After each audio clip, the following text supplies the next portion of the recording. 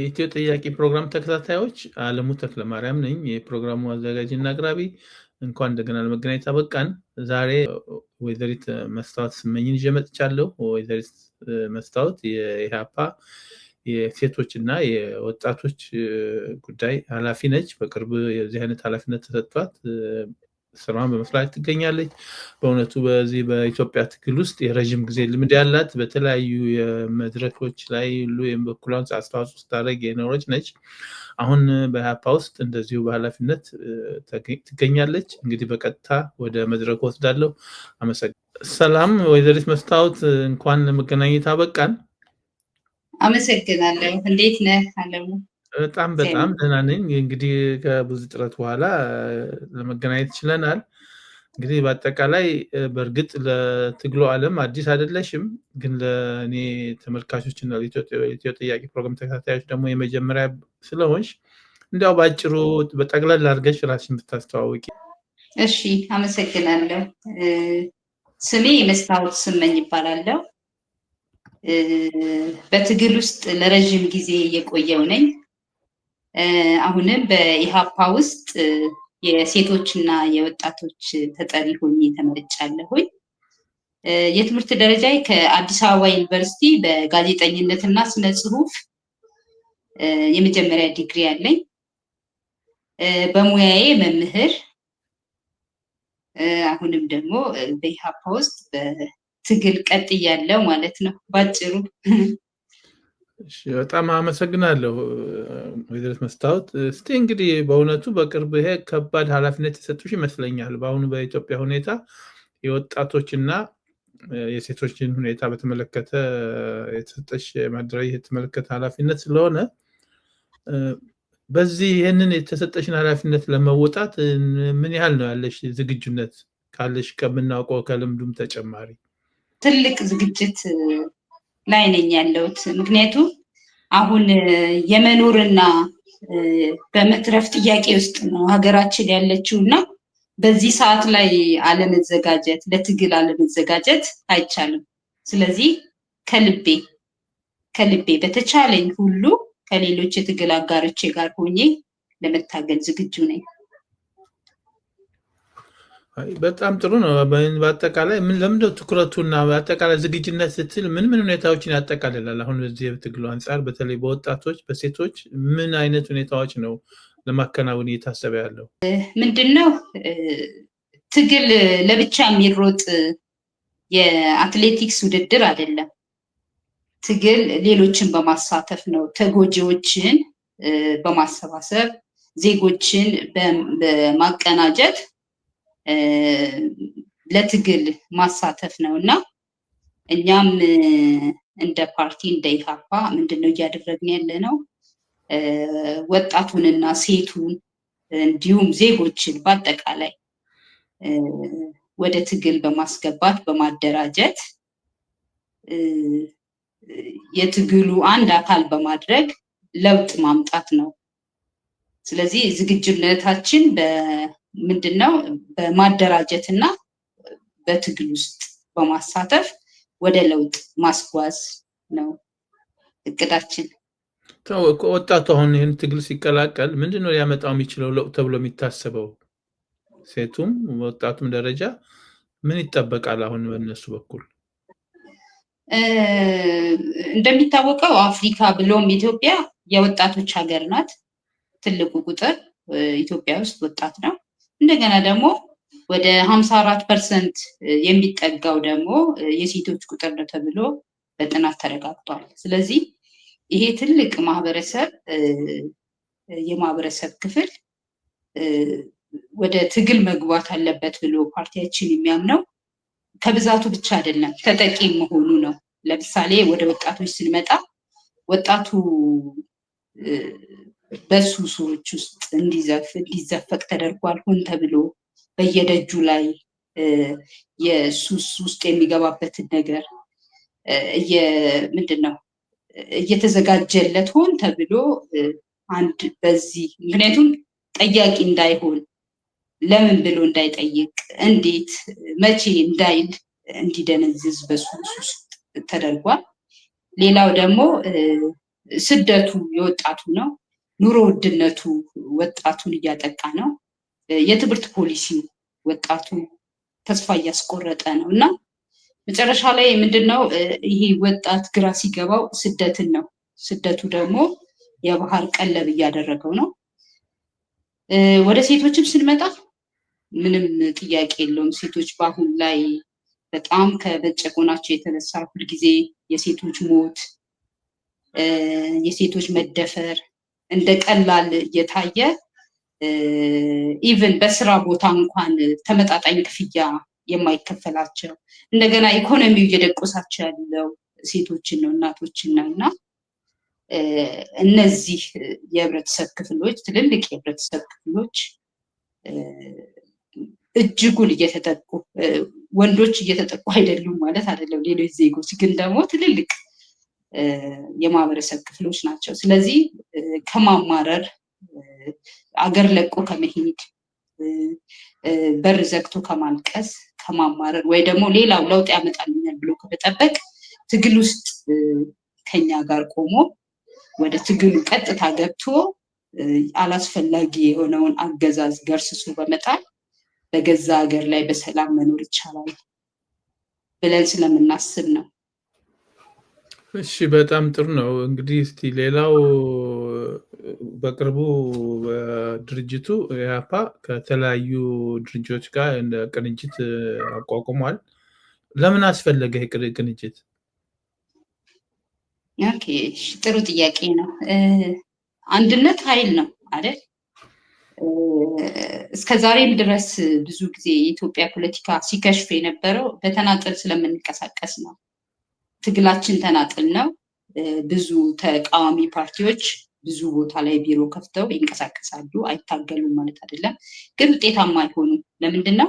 አንድነት ስለሌላቸው። ግን ሰብሰብ ቢሉ ያን እውቀታቸውን ችሎታቸውን እና አባሎቻቸውን አንድ ላይ አድርገው ግን ወደ ትግል ገብተው ቢሆን ኖሮ እስከዛሬ ድረስ የኢትዮጵያ ፖለቲካ ምህዳሩ እንዲህ በዚህ ልክ ባልጠበበ ነበረ። ስለዚህ የኛም ፓርቲ ከሌሎች ፓርቲዎች ጋር አንድ ላይ በፊት ጥምረት የነበረ በአሁኑ ሰዓት ላይ ግን ቅንጅት ሆኖ ወደፊት ወጥቷል። ምክንያቱም አንድነት ኃይል በመሆኑ ማለት ነው። አንድነት ኃይል ነው። ስለዚህ ጠላቶቻችንን ሰብሰብ ስንል ነው የምናሸንፈው፣ ወይ ደግሞ ተገዳዳሪዎቻችንን ወይ ደግሞ ልንጥል ያሰብነውን አካል ምንድነው አድርገን የምናሸንፈው ስንሰበሰብ ነው። ይሄን ስለተረዳ ነው ጥቅሙ ይሄ ወይ ደግሞ አላማው ይሄ ነው። እንግዲህ ልክ ነው። አሁን አንዱ መሆናችሁ ጥሩ ነው። ግን ምን ተግባራትን ማከናወን ያቀደ ያለው አሁንስ ከተጀመረ ጀምሮ ለመነሻ ያህል ምን መስራት የጀመራቸው ነገሮች አሉ? ኦኬ፣ በጥምረቱም እያለ ትልልቅ ስራዎችን ሲሰራ ነበረ። አንድ ላይ ሆኖ መጀመሪያ እርስ በርሱ ይጠናና ነበረ። ከዛም በኋላ ግን ብዙ በደሎችን እየተቃወመ ይወጣ ነበረ መግለጫዎችን። ምክንያቱም እዚህ ሀገር ውስጥ የማይሰሩ ደባዎች የሉም፣ የማይሰሩ ጥፋቶች የሉም በገዢው ፓርቲ ወይ ደግሞ መንግስት እና እነዛን ሁሉ ሲቃወም የነበረ ነው እና አሁንም ደግሞ የበለጠ እየተጠናከረ እርስ በርሱ እየተጠናና የትግል ስልቶችን እያጠና ወደፊት እየሄደ ያለ ፓርቲ ነው። እንደገና ራሱንም ደግሞ ለምርጫ እያዘጋጀ ያለ ማለት ነው። አዎ ትክክል ነው። እንዲህ በተጨባጭ ባለፈው አንዳንድ እንትኖች እቅዶች እንዳሉ መንግስትን በተለያዩ መንገዶች ላይ ጥያቄ በማድረግ ህዝብን በማስተባበር ለየት ባለ ከተሻለ መንግስት እንወጣለን የሚል መግለጫም ወጥተዋል። እንግዲህ ከዛ ጋር በማያያዝ ነው ምናልባት እርግጥ አጭር ጊዜ ነው ከተቋቋመ፣ አሁን ራሱን እያደራጀ ያለበት ሁኔታ ነው ማለት ይቻላል። ወደፊት እንግዲህ ያለውን እንትን አብረን የምናየው ይሆናል። አሁን በአጠቃላይ ከዚህ ጋር እስቲ አሁን ባለሽበት ሁኔታ የሀገሪቱ ሁኔታ እንደባጭሩ ምን እንዴት ነው የምታየው? በጣም ማለት በሚያጠራጥር ሁኔታ ሀገሬን ማያት ምንድነው ይሄ በጣም አደጋ ላይ የሆነች ሀገር ሆና ነው አሁን ላይ የምትታየኝና ብዙ ችግሮች ተጋርጠውባታል። ምክንያቱም ለሚጠፉ ጥፋቶች በሙሉ ገዢው መንግስት እየካደ ሰዎች ሲሞቱ አልሞቱም የሚልበት፣ ሰዎች ሲበደሉ ኢኮኖሚው ተወዷል ወይ ደግሞ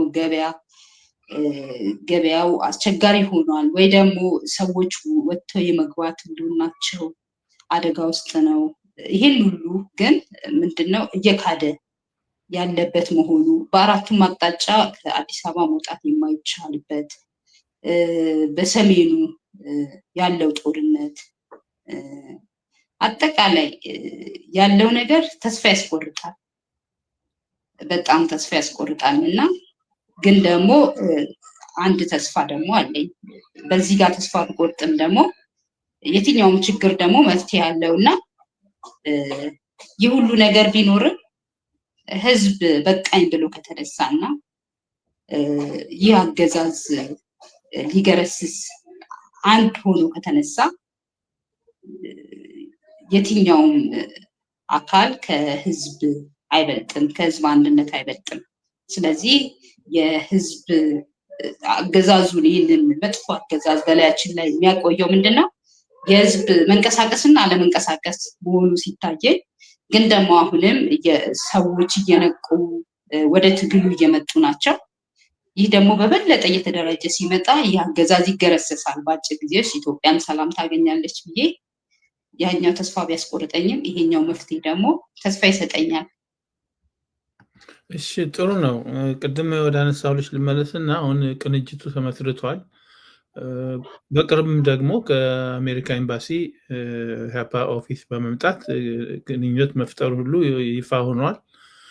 አሁን በዛ በተመለከተ ደግሞ ያ ሁኔታ ከመቀራረቡ ቅንጅቱን አብሮ ለመስራት ማሰቡ ጥሩ ሆኖ ሳለ በጎን ደግሞ ሌላ ስጋት ፈጥሯል። ምንድነው ስጋቱ? 97 ጊዜ ኢህአዴግ ምርጫውን ተሸንፎ እያለ ስልጣን አልለቅም በማለት ብዙዎቹን ያሰረበት ሁኔታ ላይ ይህንን ተነሳስቶ የነበረውን ተቃውሞና አመፅ እንዳይደረግ የአሜሪካ ኤምባሲ ከፍተኛ አስተዋጽኦ እንዳደረገና በጊዜው ከነበሩ ከቅንጅት አመራሮች ጋር በቅንጅቶች ኦፊስ መሰለኝ ተገናኝተው በማግስቱ ሊታወጅ የነበረውን ተቃውሞ እንዲቆም አስደርገው ከዛ በኋላ መልሶ ያው ኢህአዴግ ሁሉን ነገር ከዛ ምን እንዳደረገ የምናውቀው ነው። አሁንም ምናልባት ኤምባሲዎቹ ቅንጅቱን የቀረቡበት በዛ መንፈስ እንዳይሆን ስጋት አለና በእናንተ በኩል እንዴት ነው የምታዩት ይሄንን? በጣም ጥሩ ጥያቄ ነው ያነሳልኝና ይህ ቅንጅት ከነስሙ ከቅንጅት ብዙ ነገር ያስተምረናል።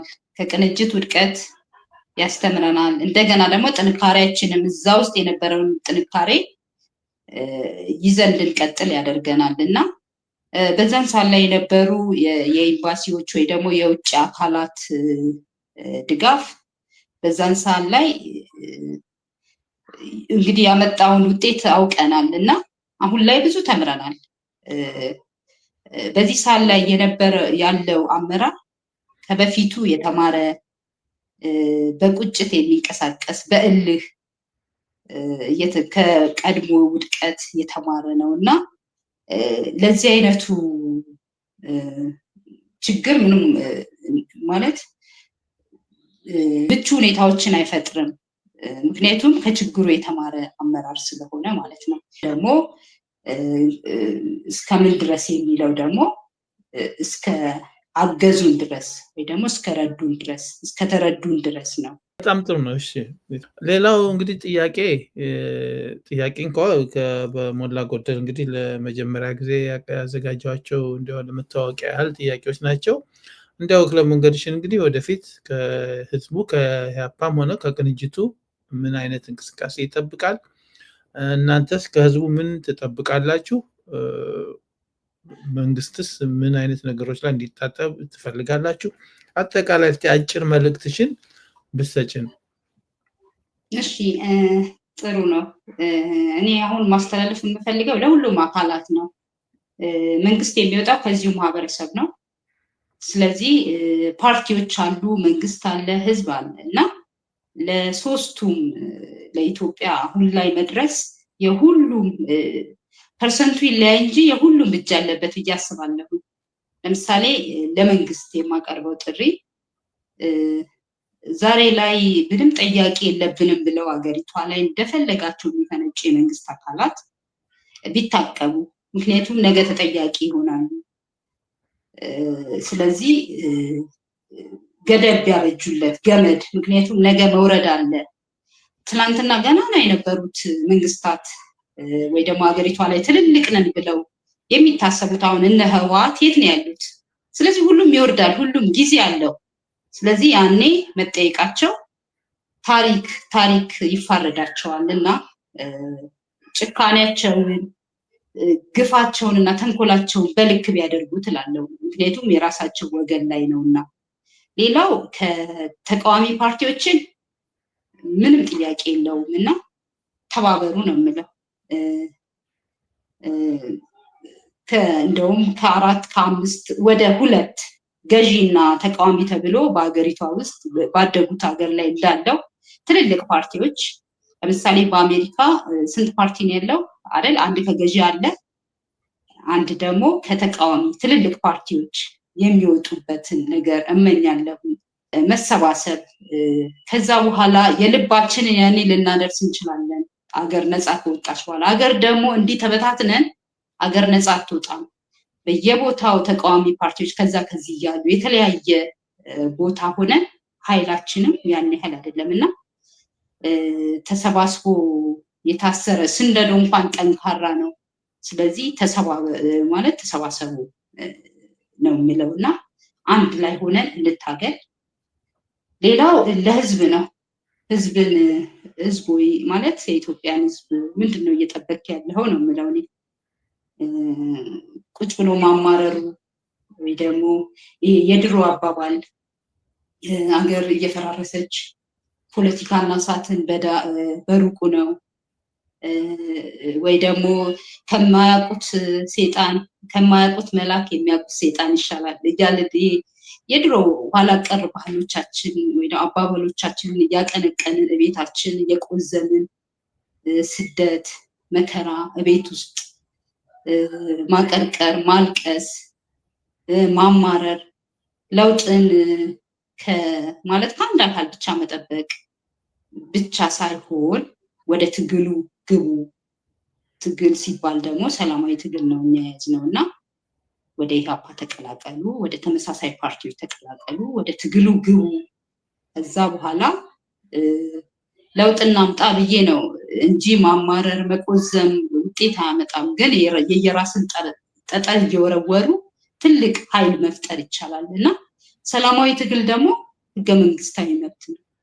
ዜጎች ባልተመቻቸው ጊዜ እየወጡ በትንሹ የተለማመዱ ሰዎች አገሮች ዛሬ ላይ ትልቅ ዲሞክራሲያዊ አገር ሆኖላቸው ተደላድለው ይኖራሉ። እኛ ግን ዳቦ ላይ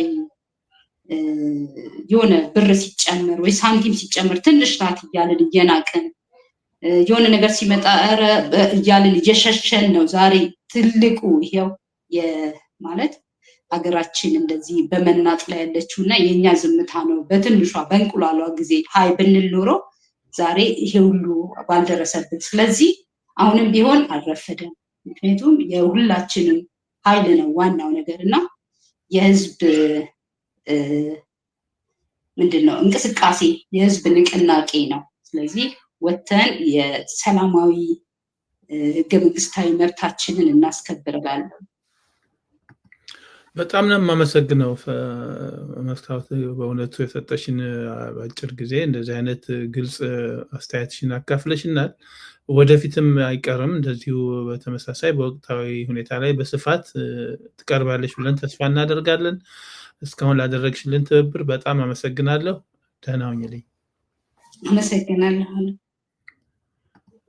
የኢትዮ ጥያቄ ፕሮግራም ተከታታዮች እንግዲህ የመስታወትን ግልጽ በድፍረት የተሞላው ለሁሉም ወገን የበኩሉን እንዲያደርስና የበኩሉን አስተዋጽኦ አድርጎ ሀገራችንን ወደ ተሻለ ሁኔታ እንድናሸጋግር መልእክቷን አስተላልፋለች። እንግዲህ እናንተም ይህን መልእክት ላላገኙ በማድረስ ሰብስክራይብ ያደረጋችሁ ሰብስክራይብ በማድረግ ገንቢ አስተያየት በመስጠት በማበረታታት የበኩላችሁን እንድትወጡ እየጠየቁ በሌላ ፕሮግራም እስከምንገናኝ ደህና ሁኑልኝ።